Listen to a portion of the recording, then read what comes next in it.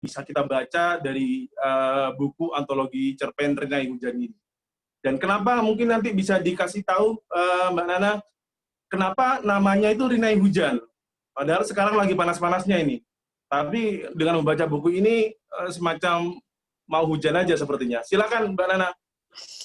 Ya, terima kasih Pak Dr. Iksan kami tercinta. Assalamualaikum warahmatullahi wabarakatuh. Salam. Nah, sebelum lanjut, izinkan kami dari mahasiswi PGMI Prodi PGMI angkatan 2017 mengucapkan banyak terima kasih kepada Pak Dr. Iksan yang telah mendedikasi selama mata kuliah Writing and Journalism ini. Dan tidak lupa kepada Kaprodi tercinta kami, Bu Hana Sufia, yang sudah memberikan program mata kuliah ini untuk menjadikan bekal yang akan datang buat kami semua. Nah, benar kata Pak Iksan tadi yang sudah disinggung beberapa dari cerpen kami, antologi cerpen kami, bahwa yang menarik buat dibaca dari buku kami itu jiwa-jiwa bucinnya ala-ala pesantren gitu. Yang kami rasa itu sebagai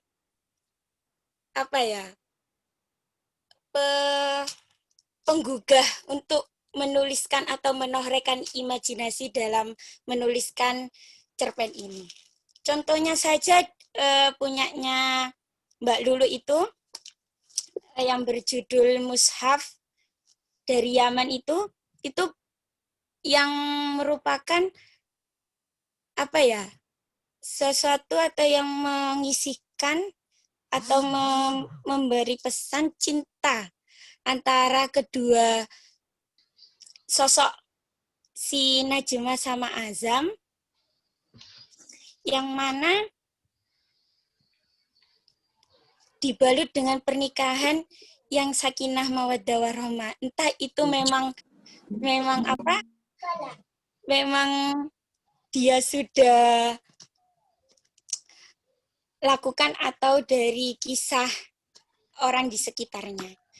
Ada lagi yang menarik juga dari beberapa judul di antologi cerpen kami itu, Bulir Indah Cintanya Penuh Syukur punyanya Mbak Rizka, itu bertolak belakang dengan ceritanya Mbak Lulu. Kenapa? Karena si Lia sama si Rehan ini ada untuk cintanya atau kisah cintanya itu sebelah pihak. Karena ada bumbu-bumbu benci oleh Rehan kepada itu tadi, siapa Lia. Terus juga menarik lagi yang menggugah penasaran, namun hanya sebuah mimpi. Itu punyanya Mbak Agnes, Darah Penebus Dosa, itu menceritakan sebuah keluarga, persahabatan, keluarga antara Vita dan Siska, itu merasa dendam karena ayahnya telah dibunuh oleh keluarganya itu, namun ternyata itu hanya sebuah mimpi. Nah, kami rasa memang meskipun kita tidak tahu hanya pertama kali menulis cerpen, tapi benar-benar tulisan ini renyah untuk dibaca atau gampang diserap begitu. Contohnya tadi yang seperti tadi itu, ada lagi yang sangat menyakitkan, ceritanya itu menjaga jodohnya orang, punyanya Mbak Nafis itu contohnya. Nah, dan kemustahilan juga bertolak belakang juga dengan ceritanya Mbak Lulu, bahwa di ceritanya Nafis di kemustahilan itu dia berprinsip bahwa hanya cinta gawages itu diperuntukkan untuk Nawaning. Jadi dia mundur alon-alon untuk meninggalkan Gus Remse-nya. Nah, itu sangat bagaimana ya? Memang kayak apa ya? Benar-benar fakta atau benar-benar yang terjadi si penulis itu memang benar. Makanya di cerita yang dikutip atau ditulis teman-teman di buku ini memang 99% itu kejadian atau yang pernah dialami teman-teman. Karena mereka itu berasumsi bahwa paling mudah untuk memunculkan imajinasi dan menarasikannya dalam sebuah cerpen itu ya apa yang dia rasakan atau apa yang dia pernah lakukan. Meskipun ada satu dua yang tidak benar-benar dia pernah lakukan atau hanya ada di sekeliling atau cerita di sekeliling kita yang lainnya seperti dan yang bisa diambil dari cerita ini kebanyakan adalah birrul walidennya. Dari yang tadi apa perjodohan dan sampai yang rela atau ikhlas meninggalkan kekasihnya tanpa restu orang tua. Itu seperti yang ditorehkan ceritanya Mbak Livia, yang mana orang tuanya tak suka dengan orang Sampang karena ada masalah sedikit, makanya dia tidak memberikan restu cintanya. Kan sakit tak dapat restu dari orang tua. Sudah satu kepercayaan, sudah satu agama, sudah satu sudah pokoknya sudah satu klub lah kok ternyata tak dapat restu karena permasalahan pribadi orang tuanya. Nah, makanya substansi atau konten-konten yang ditulis teman-teman itu memang benar-benar yang dirasakan atau yang yang telah terjadi. Makanya mudah untuk memunculkan imajinasi sekali lagi untuk menarasikannya itu mudah karena pernah dilakukan. Begitu juga punyanya teman-teman itu yang merasa dia itu harus produktif di kala wabah pandemi ini. Bagaimana caranya untuk memang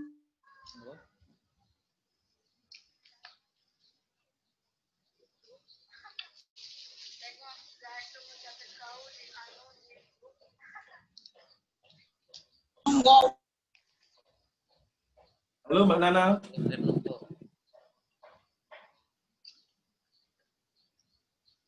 Sepertinya ada sedikit masalah ya, ada sedikit masalah di signal Nana. Mimpi seperti darah penebus dosa itu. Nah, mungkin itu ulasan sedikit dari buku antologi cerpen kami. Nah, lanjut untuk pembahasan mengapa kita menggunakan atau mengambil judul Rinai Hujan. Jadi ceritanya itu begini. Ini kan perlu adanya lahirnya buku Rinai Hujan ini karena adanya tugas atau dorongan lah intinya di mata kuliah yang diampu Pak Dr. Iksan ini. Nah, ketika membahas tentang judul, kita bersepakat bahwa yang kita ambil itu judul Rinai Hujan. Walaupun ketika menulis itu tidak waktunya musim hujan, malah pandemi. Nah, yang kami pilih ini Rinai Hujan, kenapa? Karena Rinai Hujan itu kan seperti kayak rintik-rintik hujan. Nah, masih gerimis, belum hujan sesungguhnya yang lebat, yang membasahi atau mengguyur semua arah. Nah, kita gerudukan, intinya istilahnya gerudukan, nulisnya gerudukan. Dari 20 orang ini menulis tentang cerpen, gerudukan, untuk menjadikan sebuah buku. Nah, ini arti dari Rinai yang jatuhnya gerimis satu-satu, kita gerudukan.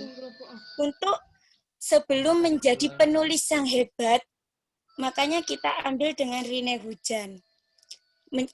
Mulai dari penulis biasa yang hanya bisa dan berharap menjadi tulisan besar yang menjadikan hujan lebat. Nah, mengapa juga cover di sini menggunakan biru dan hitam? Karena memang kita itu sangat bonek sekali untuk menulis cerpen ini, karena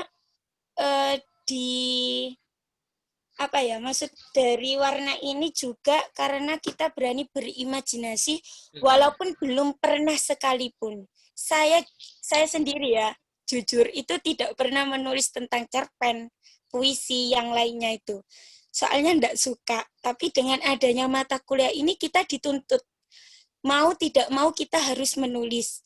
Bisa enggak bisa kita harus tetap mengeluarkan jiwa-jiwa kreatif meskipun dengan paksaan sedikit. Jadi Rine Hujan ini berharap ada harapan besar untuk kita semua ke depannya untuk menjadi penulis-penulis yang hebat dan tersohor. Sebelum menjadi penulis tersebut, kita berusaha untuk mencoba dengan tulisan-tulisan receh ini. Begitu sekiranya, Pak. Untuk yang lain, maksudnya bahwasanya memang di kata pengantar itu ya, yang disampaikan oleh Pak Iksan bahwa di mata kuliah ini sedikit minim sekali teorinya. Jadi maaf kalau teman-teman yang sudah beli atau sudah baca cerpen kami pasti akan menemukan tata bahasa yang kurang pas, banyak yang typo atau tanda baca yang kurang pas, penulisan huruf kapital itu. Saya rasa itu tidak sebagai alasan untuk tidak menulis, meskipun kita belum tahu bagaimana cara penempatan yang lebih baik. Nah, untuk itu saya rasa pemaparan atau cerita yang ada di buku antologi kami itu seperti itu. Yang makna yang tersirat atau pesan itu mungkin birrul walidainnya teman-teman itu dapat di situ. Gitu aja. Mungkin hanya itu, Pak Iksan. Siap. Terima kasih sebelumnya. Mohon maaf apabila ada salah kata dan tidak mohon maaf yang sebesar-besarnya. Oke, terima kasih Mbak Nana. Saya kalau manggil Mbak Nana ini ingat mantan saya namanya Najwa Shihab. Masya Allah. Masya Allah. Masya Allah. Enggak, bercanda. Baik, terima kasih Nana atas penjelasannya. Saya juga baru ngeh juga ada beberapa cerita yang mungkin terlewat dari saya, termasuk menjaga jodohnya orang itu nanti saya cari sebelah mana itu. Tapi sepertinya itu semua anggota kelas kalian mengalami ya dia. Iya, Tat. Makanya. Jangan-jangan juga penyajinya ini juga mengalami nih, jangan-jangan. Tapi nggak apa-apa lah. Sekali-kali kita memang harus baik sama orang dengan menjagakan jodohnya mereka. Tapi ya kalau jagakan jangan dirusak. Oke, baik. Ini menarik sekali. Ngomongin jodoh, ngomongin cinta di cerita pendek kalian. Dan memang berasa muda kembali ya. Saya juga nggak paham kenapa yang buat flyernya itu foto saya beberapa tahun yang lalu, sehingga waduh, ini nanti kalau lihat sayanya kok jauh banget gitu. Jauh banget. Baik. Kita sekarang akan ada pembanding dari Mbak Mu'alifah. Seperti yang sudah saya sebutkan tadi bahwa beliau sekarang adalah mahasiswa di manajemen perguruan tinggi di UGM, Pasca Sarjana UGM Yogyakarta, Beliau adalah penulis mahasiswa produktif Yes, Baperno kalau nggak salah ya Mbak Mu'alifah ya. Terus kemudian aku bisa menulis juga, ada beberapa aku bisa menulis, itu bukunya Mu'alifah juga. Sepertinya sudah tersedia di Google Book. Saya lihat itu sudah ada. Dan beliau memang selain menulis, beliau aktivis. Jadi beliau aktivis yang penulis yang aktivis. Ini menarik sekali.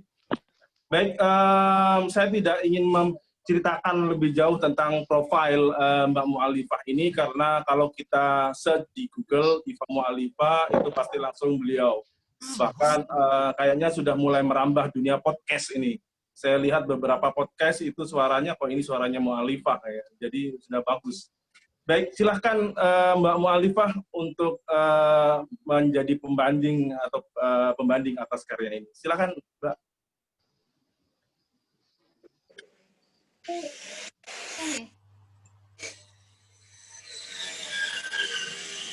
Assalamualaikum warahmatullahi wabarakatuh. Waalaikumsalam warahmatullahi wabarakatuh. Selamat siang teman-teman. Salam kenal. Ya. Alhamdulillah rabbil alamin wa bihi nasta'inu ala umuri dunya waddin wassalatu wassalamu ala asyrafil anbiya wal mursalin sayyidina Muhammad wa ala alihi wa sahbihi ajmain, amma ba'du. Yang terhormat Ketua Prodi PGMI STAI Alfitra Surabaya, Ibu Rohana, yang kami hormati juga dan yang sangat kami sayangi, moderator kita pada hari ini, beliau. Jadi beliau juga mentor saya dan tidak pantas rasanya kalau beliau manggil saya beliau gitu. Karena memang secara kepenulisan Pak Iksan ini adalah salah satu mentor yang menurut saya terbaik dalam mengayomi mahasiswanya, dan ini sebenarnya tidak saya rasakan sendiri, teman-teman juga merasakan. Teman-teman merasakan hal itu. Bahaya itu dirasakan bersama-sama itu bahaya. Alhamdulillahnya kita bisa merasakan bersama-sama teman-teman dan lanjut. Oke. Jadi kita anggap forum ini sesuatu yang untuk kita sharing tanpa ada gap yang saya pembanding, teman-teman penulis, tidak. Artinya menulis itu kalau kata pengantar yang disampaikan oleh Bapak Asrori, menulis itu bukanlah bakat yang kita dapatkan sejak lahir. Tapi lebih dari itu, menulis itu seperti kita mengayuh sepeda. Jadi semakin sering kita mengayuh sepeda, maka semakin mahir kita melakukan sesuatu. Atau kalau dalam bahasa pesantren ya, ada bahasanya Darwin, ada hal yang harus dipaksa, terpaksa, bisa, biasa, dan luar biasa. Dan itu dipraktekkan oleh Pak Iksan selaku mentor bagi kalian dan bagi teman-teman, bagi kita semua. Jadi jangan pernah berharap bahwa ketika kita menulis satu saja, itu kita sudah merasa hebat. Atau ketika kita menulis satu atau beberapa, setelah ada kritik, lalu kita down. Tidak. Jadi menulis itu proses yang sangat panjang, dan kita mengetahui bahwa penulis-penulis bestseller, penulis-penulis yang bagus, itu terlahir dari mereka-mereka yang tidak hanya menulis satu, dua tulisan. Lebih dari itu mereka menulis berpuluh-puluh tulisan hingga akhirnya ketemulah dia dengan tulisan yang sesuai dengan apa yang dicari oleh pembaca. Itu yang harus kita pahami, teman-teman. Dan kemudian saya sangat mengapresiasi banyak dan sangat mengapresiasi luar biasa kepada teman-teman yang sudah menulis bareng-bareng. Dan susahnya menulis bareng-bareng itu bagaimana cara menyatukan visi dan misi serta tujuan. Dan itu tidak kita dapatkan di semua kelompok atau di semua organisasi. Maka bersyukur kalian sudah dipertemukan oleh circle yang mungkin meskipun ini adalah sebuah paksaan dan dorongan, tapi adalah hal yang luar biasa ketika ini sudah benar-benar ada, gitu. Jadi jangan sampai berpikir saya cuma nulis satu cerpen di tulisan ini, dan itu juga sangat luar biasa. Dari 21 penulis termasuk Pak Iksan, serta ada 41 judul cerpen yang sangat luar biasa saya baca, dan ini merupakan mahakarya yang patut diapresiasi oleh teman-teman sendiri, baik sebagai pembaca, karena dari sini saya berpikir bahwa cerpen ini adalah satu kesatuan yang utuh yang bisa kita baca dan syarat akan nilai kehidupan sehari-hari. Teman-teman perlu tahu bahwa ketika kita menulis, kenapa sih kelebihan kita menulis ini bagi anak muda, bagi pembaca, bagi teman-teman? Karena kalau kita menulis, itu pasti cerpennya tidak jauh dari kehidupan kita. Otomatis, karena populasi kita sekarang, populasi Indonesia ini lebih banyak anak mudanya, maka cerpen ini bisa memiliki pasar yang lebih besar. Kenapa? Karena bahasa yang kita gunakan bahasa sehari-hari, bahasa yang mudah dicerna, dan bahasa yang itu tidak memberikan kegalauan kita ketika membaca. Artinya kita bisa baca dari mana saja, kita bisa baca dari kapan saja, dan dengan kondisi apapun kita bisa baca dan memahami cerpen ini dengan sangat luar biasa. Itu poin pentingnya. Jadi kalau misalkan teman-teman membaca, karena ini tulisan teman-teman juga, dan pembaca seumuran kalian pasti akan merasa sangat nyaman dengan tulisan ini. Karena itu lagi, menulis itu pembacanya tidak jauh berbeda juga dengan umur si penulis gitu pembacanya. Jadi kalau misalkan cerpen ini ditulis oleh teman-teman pembaca yang seusia kita, pembaca yang masih anak-anak muda itu akan tertarik dengan tulisan ini. Itu sih poin pentingnya. Kemudian kalau berbicara sastra, pengetahuan sastra itu sangat pengetahuan yang harus kita tanamkan bersama. Kenapa? Karena kalau kita membaca sastra, apalagi cerpen, novel, itu memberikan kita tabungan kosakata yang sangat luar biasa. Jadi jangan kita tidak bisa kita pungkiri bahwa orang-orang hebat luar biasa seperti misal salah satu contohnya Gus Dur itu adalah penikmat sastra yang luar biasa meskipun tulisan-tulisannya bukan tulisan sastra. Jadi tulisan sastra ini seakan-akan menjadi pelepas dahaga kita untuk terus menulis. Begitu. Jadi kalau misalkan teman-teman mau baca sastra tapi tidak bergelut dengan sastra, itu malah bagus. Karena tabungan kosakata dalam sastra itu sangat luar biasa sekali. Jadi tidak hanya mementingkan logika, tapi juga nilai, value yang ada di dalam tulisan itu ada. Jadi seakan-akan ada bahasa begini, tidak garing dan tidak hampa tulisan kita ketika kita mengetahui berbagai macam tulisan-tulisan sastra khususnya cerpen. Namun di sini saya melihat ada beberapa judul yang mungkin saya tertarik dengan judul ini. Pertama, kita mulai dari yang pertama, cerita Aku dan Negara, karyanya Mbak Amilatin Fadlilah. Kita diawali oleh cerpen yang begitu luar biasa, syarat akan makna, nilai-nilai filosofisnya ada, tentang pesantren, dan itu seakan-akan kita menunjukkan bagaimana peran santri untuk mengcounter nilai-nilai jihad yang harus kita maknai bahwa jihad itu seperti ini. Jadi kalau kita maknai lagi, memang menjadi santri itu perannya dalam masyarakat itu sangat luar biasa.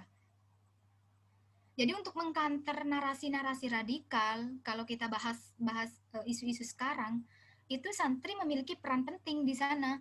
Buktinya itu dijelaskan oleh cerpen yang disampaikan oleh Mbak Amilatin Fadlilah. Jadi apa yang kita pahami, yang saya pahami di sini adalah santri itu ketika keluar dari santri bukan kemudian berlabel mantan santri, tidak. Tapi lebih dari itu, dia memiliki peran yang sangat luar biasa bagi ranah masyarakat, bagi ranah-ranah sosial, bagi ranah-ranah yang itu isu-isu keagamaan yang sangat penting untuk kita maknai bersama, dan itu harus kita narasikan bersama bahwa pemahaman jihad itu seperti ini, pemahaman radikalisme itu seperti ini. Itu. Jadi kalau kita pahami lebih dalam lagi, kita disuguhkan oleh kisah di awal dengan hal-hal yang sangat luar biasa. Itu bagi saya pemaknaan yang sangat berat sekali, dan di samping ada banyak sekali kisah romantisme yang ada di dalam kisah kasih di pesantren. Kemudian ada lagi kisah yang itu menyudutkan sekali tentang konflik-konflik sosial yang ada di dalam pergulatan keluarga Ning dan Gus. Seolah-olah ada satu novel, satu cerpen yang itu Mushaf Yaman dan Jubah Putih Saksi Cintaku karya Lulu Safitri. Itu seolah-olah menunjukkan bahwa kita yang bukan kaum Ning tidak bisa menikah dengan kaum Gus gitu. Dan ini bukanlah sesuatu hal yang biasa yang dikupas oleh teman-teman. Banyak sekali cerita-cerita yang serupa dengan ini, meskipun tidak semua kisah-kisah yang seperti ini berakhir secara tragis. Meskipun tidak semua kisah antara orang biasa dengan orang yang menjalin kisah dengan Ning ataupun Gus itu berakhir dengan hal-hal yang sangat tragis gitu.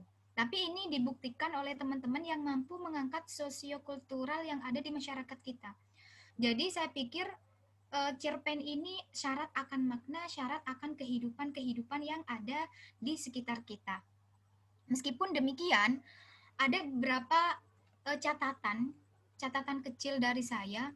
Mungkin di awal kita sangat disuguhkan dengan kisah-kisah yang sangat luar biasa. Mulai dari nasionalismenya dapat, Pancasilanya dapat, kesatuan dan keutuhan NKRI-nya dapat, nilai-nilai pesantrennya dapat. Catatan kecil ada yang masalah dari Sampang gitu loh. Jadi bagi saya pribadi akan lebih baik, dan ini mungkin sebagai catatan kita bersama, masalah yang dipaparkan dalam cerita itu kurang diperjelas. Apa sih permasalahannya, apa sih yang mau diangkat dari cerpen itu. Barangkali mungkin masalah-masalah sosial mau diangkat, mungkin entah masalah yang ada di Sampang terkait dengan masyarakatnya, atau masalah-masalah sosial di masa silam, atau latar belakang permasalahan di masa silam, itu perlu diangkat sebagai salah satu hal yang bisa membuat pembaca itu tertarik. Itu catatan kecil dari saya selaku pembaca ya, bukan selaku pembanding, selaku pembaca. Dan sejauh ini memang sangat luar biasa karya teman-teman. Dan kemudian ada beberapa yang tidak tercover, artinya mungkin teman-teman ini syarat, cerpen ini syarat akan nilai pesantren, cerpen ini syarat akan kisah cinta yang mungkin berujung pada perpisahan, dan itu sepertinya dirasakan oleh teman-teman gitu loh. Ini nulis itu tidak jauh-jauh dengan kisah kita. Dan saya mengakui itu, bahwa teman-teman mungkin ini berasal dari pengalaman pribadi menjaga jodoh orang, mencintai bertepuk sebelah tangan, atau mencintai Gus tapi tidak direstui karena dia bukan Ning gitu loh. Dan kalau dibaca oleh pembaca seperti kita, ini saya ulangi lagi, ini memiliki nilai pasar yang lebih daripada yang lain, karena penulis-penulisnya juga seperti kita, artinya penulis-penulisnya bisa membaca masalah-masalah sosial yang ada di sekitar kita, serta pembacanya juga akan berpikir, oh ini sama seperti kisah saya gitu. Jadi nilai-nilai percintaan, kisah-kisah percintaan itu menjadi salah satu unsur intrinsik, tema yang sangat menarik untuk diangkat dalam sebuah perjalanan cerpen ataupun novel. Karena kita kalau melihat berbagai novel, mulai dari Habibur Rahman El-Shirazi, mulai dari itu syarat sekali akan nilai-nilai percintaan meskipun latar belakangnya berbeda. Oh, kalau Habibur Rahman El-Shirazi itu kajian Timur Tengahnya dapat, tapi cintanya juga dapat gitu loh. Oh, kalau siapa itu penulis perempuan yang novelis difilmkan Ayat-Ayat Cinta misal, hijab Asma Nadia. Asma Nadia, mohon maaf. Beliau menulis novel, beliau menulis cerita tidak ada kisah percintaannya. Jadi titik tekannya, cinta itu menjadi salah satu hal yang membuat kita hidup. Misalnya begitu.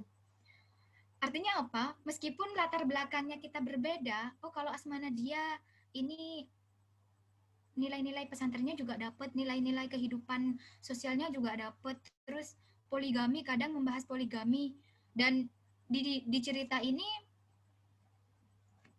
secara mayoritas ini tidak ada yang tidak membahas tentang cinta. Jadi semua ada unsur cinta meskipun latar belakangnya berbeda. Karena mungkin latar belakang penulis, masalah-masalah penulis juga berbeda ya. Tapi akan lebih baik ketika kita menulis cerpen, kumpulan cerpen, kita mungkin memadukan sesuatu hal yang itu sifatnya utuh. Misalkan begini, ada kumpulan cerpen, dan itu mungkin teman-teman bisa searching, itu karyanya, salah satu karyanya Pak Edi Ahyubenu, judulnya Muhammadku Sayangku. Jadi di cerpen itu menampilkan cerita tentang kisah Nabi Muhammad SAW dengan latar belakang yang berbeda, tapi itu utuh. Tapi ceritanya memang fokus titik tekannya adalah cerita Nabi Muhammad gitu. Jadi di cerita ini mungkin kita banyak sekali, saya melihat banyak sekali fokus yang dibawa oleh teman-teman, mulai dari kisah perjuangan, percintaan, pesantren, nilai-nilai pluralisme, atau nilai-nilai kesatuan dan persatuan, persahabatan, keluarga. Tapi akan lebih baik ketika di masa yang akan datang, misal ya, karena ini juga hal yang baru bagi teman-teman, ada tulisan yang ketika misalkan nulis bareng-bareng itu sifatnya utuh dan satu pemahaman, satu circle, dan itu membuat pembaca memaknai sesuatu dari latar belakang yang berbeda. Jadi pemahamannya, topiknya satu, tapi latar belakang penulisnya kan berbeda. Tapi pembaca memaknai, oh ini dari segi ini penulisnya begini, oh dari penulis A hasilnya begini, dari penulis B hasilnya begini. Jadi ketika disatukan itu pembahasannya sangat luar biasa dan membacanya enak gitu. Akan tetapi karya yang sangat luar biasa dari teman-teman karena baru pertama kali menulis, saya sangat mengapresiasi betul mulai dari diksi yang digunakan, tata bahasa, filosofi, nilai-nilai filosofi, nilai-nilai pesantren yang diangkat, itu bagi saya memberikan pengetahuan baru dan memberikan pengalaman baru dalam membaca cerpen. Gitu. Selebihnya mungkin kita akan sharing-sharing, dan yang sangat luar biasa juga tentu orang yang ada di balik tulisan ini dan mentor ya, sekaligus guru bagi teman-teman, yaitu Pak Dokter. Karena gimana pun Pak Dokter Iksan ini juga menjadi mentor saya. Mungkin hanya itu ya. Saya kembalikan ke Pak Iksan. Baik, terima kasih Bu Nyai. Menarik sekali apa yang dibahas oleh Mbak Muhalifah tadi. Jadi memang ada apa ya? Saya baru ngeh juga misalnya jika Lulu itu cerita tentang Gusnya misalnya. Jadi setelah usut punya usut, ternyata Lulu itu misalnya mengajar di sebuah pesantren di Surabaya yang Gusnya itu cakep-cakep. Saya tidak tahu apa hubungannya dengan background dia. Tapi memang Gusnya cakep-cakep, mantap-mantap. Oke, dan teman-teman, sebelum saya buka untuk sesi tanya jawab atau apa yang ingin ditanyakan oleh teman-teman peserta webinar Beda Buku Segaris Launching buku pada siang hari ini, mungkin ada co-writer lain, ada penulis lain dari buku ini ingin memberikan statement, saya persilahkan. Silakan Nadia Azizah atau yang sering dipanggil Natsu. Silakan Natsu. Saya nggak tahu kenapa sering dipanggil Natsu. Padahal bahasa Jawanya Natsu itu enak loh. Oke, silakan Natsu. Terima kasih Ustadz. Assalamualaikum warahmatullahi wabarakatuh. Mungkin Warahmatullahi wabarakatuh. statement dari saya begini Ustadz, menilai dari kumpulan cerpen yang dibuat teman-teman ini, menurut saya di sini teman-teman ini menuangkan berbagai macam imajinasi yang ada dalam pikiran mereka gitu. Juga mereka itu menunjukkan bahwa mereka itu tidak hanya melihat pada satu sisi, tapi pada semua sisi kehidupan tuh mereka kupas, mulai dari sisi percintaan yang ada dalam pesantren, mulai dari ada sisi pembunuhan juga di situ, ada juga pelacur karya Mbak Wilda itu juga mereka itu menganggap cerpen ini sebagai alat untuk mereview kehidupan dari berbagai sisi gitu. Dan di sini saya juga mewakilkan teman-teman sekali lagi terima kasih pada jenengan selaku mentor kami yang luar biasa. Juga kepada Mbak Mu'alifah yang sudah memberikan banyak masukan, kritik dan saran yang sangat membangun buat kami. Dan kepada teman-teman semuanya juga saya mewakili semangat kita bisa lagi tentunya ke depannya, dan jangan berhenti menulis seperti kata Mbak Mu'alifah tadi. Yang saya ketahui bahwa menulis itu tidak ada batasnya gitu. Dengan menulis kita bisa menuangkan apa saja yang ada dalam pikiran kita, dan dengan menulis ada suatu kata yang saya pernah dengar, jika kau bukan anak raja maka menulislah gitu. Terima kasih Ustaz. Sekian, wassalamualaikum warahmatullahi wabarakatuh. Terima kasih Natsu, terima kasih. Komentarnya sudah macam anggota DPR di demo UU Omnibus Law sepertinya. Sangat bijaksana sekali. Lulu, silakan Lu. Mungkin ada yang disampaikan Lulu. Ini ketua kelasnya ini, Lulu. Jadi nggak mungkin ada antologi cerpen ini kalau nggak ada Lulu. Silakan Lulu. Terima kasih Ustadz atas waktu yang telah diberikan. Sekali lagi. Silakan Lu.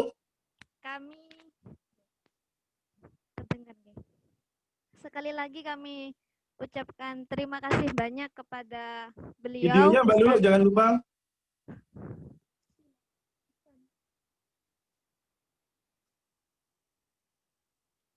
Videonya di-on-kan. Wah, biar kita tahu. Ini ketua kelasnya ini nih. Subhanallah, Masya Allah, Iya, Mbak Lulu. biar saya tahu juga. Insya Allah. Bentar, cari tempat dulu. Silakan Lulu. Sekali lagi kami ucapkan terima kasih kepada beliau, Ustadz Ihsan, atas ilmunya yang telah diberikan kepada kami selama ini. Mulai dari kami semester 5 sebenarnya beliau sudah membimbing kami. Dan tepatnya di kemarin semester 6 ini materinya matkulnya beliau pas tentang kepenulisan. Jujur kami di PGMI sendiri sudah kita ketahui bersama bahwa yang namanya PGMI itu pastinya berkecimpung dengan dunia pendidikan, dan menulis di dunia kami itu mungkin hanya di dunia RPP ya Mbak Natsu ya, betul kan? Buatnya RPP terus, RPP kalau enggak RPP ya nanti buat silabus gitu. Ceritanya tuh pasti buat itu. Perangkat pembelajaran bukan alat sholat ya Mbak. Perangkat pembelajaran pasti itu sudah pasti. Sampai akhirnya jadinya tuh kita menganggap seperangkat pembelajaran itu seperti seperangkat alat sholat kata Mbak Livia begitu. Jadi bisa dikatakan yang namanya menulis ini di matkul jurnalistik itu suatu hal yang baru gitu. Kaget kitanya. Kalian harus bisa menulis sebuah cerpen. Sebenarnya kitanya shock gitu. Tapi alhamdulillah dengan bimbingan beliau, alhamdulillah kitanya bisa menerbitkan sebuah buku. Dan terima kasih pula kepada Mbak Mu'alifah karena tadi sudah diberikan pula ilmunya, alhamdulillah. Jadi menjadi koreksi bagi kita. Untuk pertama di sini saya sebenarnya ingin meluruskan ya. Karena sebenarnya di sana itu di cerita Mushaf Yaman itu bukan cerita saya sendiri. bukan cerita pribadi, tapi kalau pembuatnya tetap saya. Karena sudah digempur berapa orang ini. Setelah beberapa Sudah, saya tahu ada satu Gusnya yang lulusan Yaman, loh. Loh. Dan cakep sepertinya memang. Atau perlu saya sampaikan salam ke beliau sepertinya? Aduh, jangan Ustadz, jangan. Aja, oke. Aman. Kepala sekolah saya, Ustadz. Subhanallah. Bisa ketemu setiap hari berarti. Ustadz, sudahlah Ustadz, itu sudah punya istri, Ustadz. Siap. Sebenarnya cerita itu apa ya? Sekedar menulis saja gitu. Menulis saja dan pula mencantumkan kota Yaman karena ya kota Yaman itu memang kota waliullah ya. Seperti yang pernah beliau ajarkan pada saat pengajian dulu waktu saya masih menjadi santri, beliau tuh selalu menceritakan tentang kota Yaman itu dan membuat saya tuh sampai takjub gitu dengan yang namanya kota Yaman. Akhirnya sampai sekarang pun sampai di cerpen itu tadi menuliskan nama kota Yaman. Itu bukan cerita saya, Mbak Nadzu ya. Itu bukan cerita saya. Mbak Nadzu nakalan. Itu bukan cerita saya. Itu hanya hayalan. Hayalan Mbak Nadzu, bukan beneran. Mbak Nanat juga. Saya Tenang, Mbak Lu, tenang. Satu hari sebelum bedah buku juga kena gempur beberapa orang juga. Gara-gara ceritanya Musab Yaman dikira ceritanya sendiri. Aduh. Yang cerita sendiri yang satunya itu. Kita di balik dinding pesantren itu baru ceritanya sendiri pribadi itu. Untuk yang dari teman-teman, alhamdulillah sambil nyemil, buka-buka, dan sebenarnya seru bahasanya. Sampai ada yang bucin gitu, ada yang kita bertepuk sebelah tangan, tuh sangat ngenes sekali pas saya baca itu. Ada yang lagi galau dengan stay at home punyanya Mbak Nadzu, itu Masya Allah, itu sangat menghibur meskipun sedikit. Ini kok sedikit, bikin saya penasaran gitu lanjutannya tuh gimana. Karena sekarang masih stay at home ya Mbak Nadzu ya. Jadi sekali lagi terima kasih atas kerjasama teman-teman sekalian dan selamat berjuang karena sebentar lagi kita akan menuju ke buku yang sebenarnya, skripsi. Jadi tetap semangat. Terima kasih Ustadz, terima kasih Mbak Mu'alifah dan teman-teman juga. Mungkin itu saja dari saya, selaku perwakilan pula dari teman-teman. Assalamualaikum warahmatullahi wabarakatuh. Waalaikumsalam warahmatullahi wabarakatuh. Ustaz request Mbak Livia, Ustaz. Siap. Ya, habis ini Livia. Lo padahal Gusnya sudah minta filenya lo, cuman saya belum izin jadi saya nggak berani ngasihkan. Aduh, jangan. Mbak Lu, gimana Mbak Lu? Gus Yamannya sudah request lo. Aduh, janganlah. Oke, baik. Livia, silakan Livia. Ya, Ustaz. Silakan Mbak Livia. Gimana?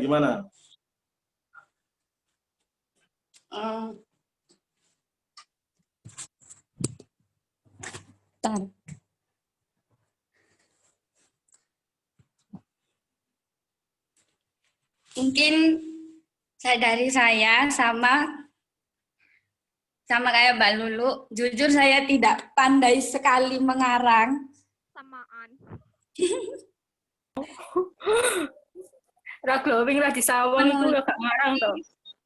Tapi dari pengalaman saya harus bisa, dan di mata kuliah ini bisa tidak bisa saya harus bisa menulis. Nah, jadi saya belajar dari pengalaman saya sendiri. Terima kasih untuk bimbingannya. Dan terima kasih juga dari teman-teman atas kerjasamanya. Sekian dari saya, terima kasih. Baik, terima kasih Livia. Livia ini menarik. Kedua cerpennya judulnya itu Cinta Terhalang oleh Restu dan satunya Cinta di Langit Kuba Biru. Kubah Biru itu Mbak Mu'alifah itu nama lain dari nama pesantren Al-Fitrah. Jadi jangan-jangan ada cerita yang tersangkut di kubahnya Al-Fitrah itu.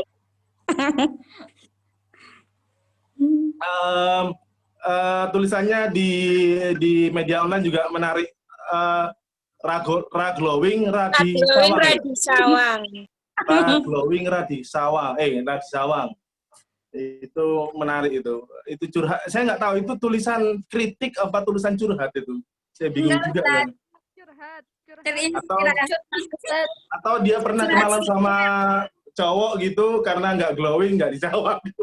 Enggak gitu, Ustaz. Ya memang dari cowok, dari teman itu kayak merendahkan gitu loh, Ustaz. Saya nggak terima. Oh iya, siap. Ya meskipun nggak pakai skincare yang mahal lah, Ustaz. Suatu pembelaan, Tat. Iya, siap. Kalau masalah produk skincare ini Mbak Mu'alifah jagonya kayaknya. Oke, siap. Saya pesan. Oke, baik teman-teman. Saya yakin bahwa banyak hal menarik yang ingin kalian share. Mungkin ada yang ingin ditanyakan terhadap terhadap karya ini. Kami persilahkan ya. Silahkan. Kalau ada yang ingin ditanyakan, saya kira kita open aja. Bisa langsung melalui chat ataupun melalui langsung raise your hand. Ada raise your hand di sana, silakan raise your hand untuk kemudian akan kita sampaikan kepada pembawa ya dalam hal ini pemateri dan pembanding.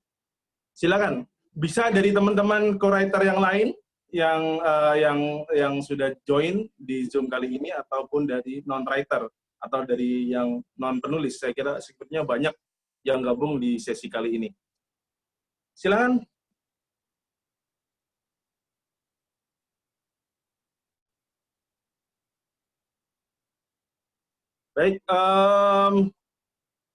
Baik teman-teman, hal yang menarik lagi adalah sedikit saya ketengahkan dari apa yang pengalaman saya mengampu mata kuliah ini, karena saya tahu bahwa salah satu kunci menulis itu hanya satu, yaitu menulis, dan menulis. Seperti apa kata Mbak Mu'alifah tadi, bahwasanya menulis itu ya seperti mengayuh pedal sepeda. Yang penting kita kayu satu, maka kemudian akan jalan, seperti itu. Walaupun mungkin nanti ketika kita sudah menulis, kita juga ada kalanya mengalami apa yang disebut writing block ya, yaitu stuck, yaitu tiba-tiba blank gitu loh. Makanya kemudian saya sarankan kepada teman-teman kalau ada ide silakan ditulis, bisa di note HP-nya, bisa di apa dan lain sebagainya misalnya. Dan saya suka sekali seperti itu ketika naik motor misalnya atau ketika nyetir mobil tiba-tiba ada ide. Ya, kalau naik motor atau naik mobil, biasanya saya akan minggir terlebih dahulu, saya ketik terlebih dahulu, lalu saya simpan, saya endapkan, lalu kemudian nantinya saya baca lagi. Mbak Mu'alifah, sekedar info saja bahwa teman-teman ini selain sudah menulis cerita pendek, mereka juga sudah berhasil menulis di media online. Sudah di Alamtara, di Santri News, di NU Online, di banyak saya tidak hafal dan judulnya menarik menurut saya, di Ar-Rahim dan lain sebagainya misalnya. Jadi itu salah satu pengalaman selain pengalaman menulis cerpen, dan kemudian juga, dan ini teman-teman sekaligus bocoran bahwa Mbak Mu'alifah ini punya blog. Namanya apa Mbak Mu'alifah?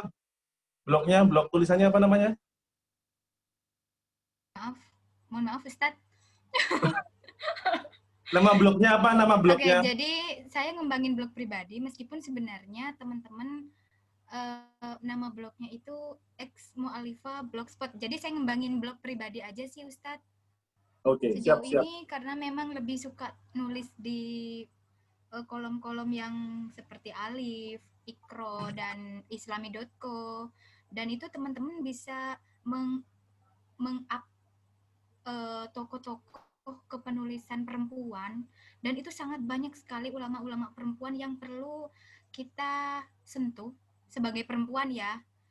Bisa juga masalah-masalah kekinian seperti misalkan masalah glowing sebenarnya sudah saya angkat juga di media NU Jawa Tengah, dan itu lumayan pembacanya luar biasa banyak, hampir 1.000, dan teman-teman juga bisa sih, karena saya katakan lagi, tulisan-tulisan yang nyentuh banget, meskipun tidak nyentrik, nyentuh banget sama kehidupan sehari-hari, apalagi soal perempuan, misalkan glowing salah satunya, itu mendapatkan perhatian publik yang sangat luar biasa. Karena apa? Karena balik lagi, itu masalahnya tidak masalah satu orang saja, tapi dirasakan oleh semua kaum perempuan ataupun kaum laki-laki yang menganggap bahwa oh ternyata kecantikan itu begitu gitu loh. Salah satu contohnya gitu, Ustadz. Siap, Ustadzah. Baik. Teman-teman, jadi sebenarnya Mu'alifah ini juga beliau adalah lulusan dari manajemen pendidikan Islam di IAIN Madura dulu. Jadi sebenarnya mirip-mirip dengan PGMI, yaitu urusannya ya dengan RPP, silabus, dan manajemen administratif kependidikan, kurikulum, dan lain sebagainya itu.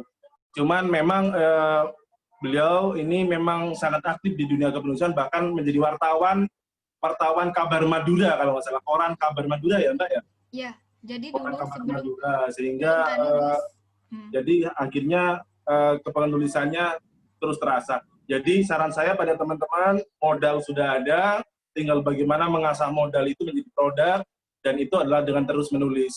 Makanya kalau blog, kalian kemarin sudah buat blog juga, itu silahkan diisi. Silahkan diisi, kalau misalnya nanti di suatu saat menurut kalian itu sudah bisa menghasilkan duit, maka silahkan aja dijadikan blog berbayar, sehingga nanti kata blogspot, kata WordPress, dan lain sebagainya itu bisa hilang.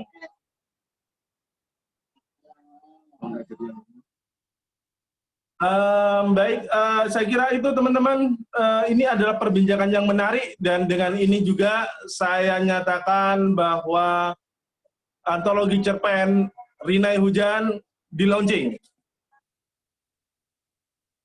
Baik, terima kasih pada Mbak Mu'alifah, Bu Rohana, dan juga para dosen yang lain yang juga ikut gabung.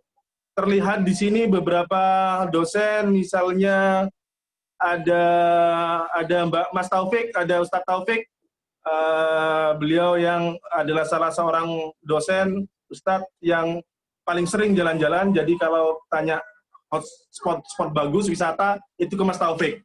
Dan paling mesra dengan istrinya biasanya. Dilihat dari postingannya di Facebook. Baik, teman-teman, itu cuman bahayanya kalau sering posting begitu, sekali nggak posting langsung nanti orang bertanya-tanya, kok tumben nggak posting sama istrinya, begitu. Biasa ada. Sampai entar. Gimana, Ustaz Taufik? Lanjut. Oke. Siap, kami satu kelas ini siap ditraktir ke Malang atau kemana, Ustaz Taufik? Manujin dengan mawon, Ustaz, yang lebih berpengalaman. Masya Allah. Ditunggu, Ustaz, ditunggu. Ditunggu Ustaz Taufik tuh, Ustaz Taufik ditunggu traktirannya. Kalau ke Jogja, teman-teman, mungkin kalau Mbak Mu'alifah ada waktu, kita bisa meet up sama beliau di sana. Saya kira bisa Ustaz. Bisa Ustaz ya. Baik, alhamdulillah. Ini berlaku buat siapa, Mbak Mu'alifah? Bagi teman-teman atau bagi saya ini? Semua, Ustaz. Semua. Bahaya Ustaz Iksan ini.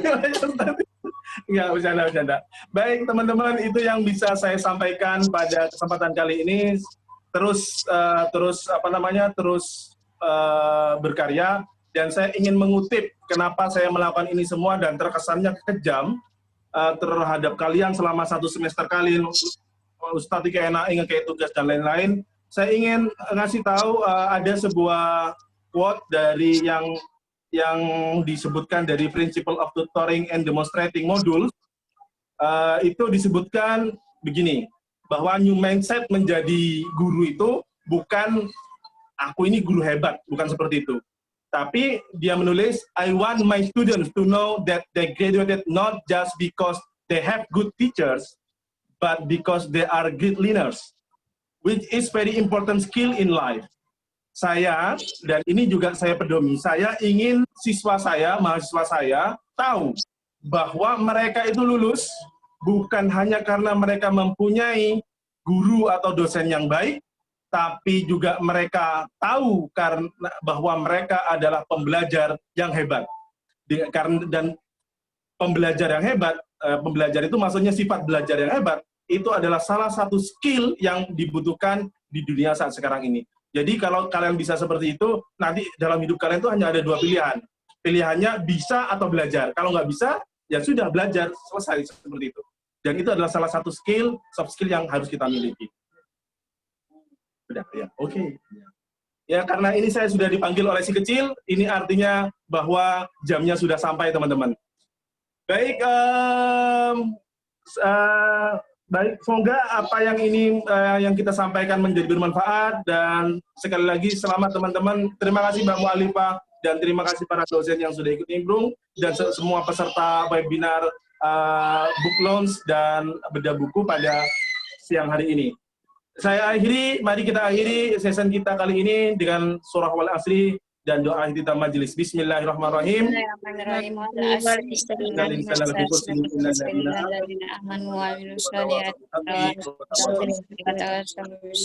Subhanakallahumma wa bihamdika asyhadu an la ilaha akhiri wallahul muwaffiq ila aqwamit thoriq. Wassalamualaikum warahmatullahi wabarakatuh. Waalaikumsalam warahmatullahi wabarakatuh.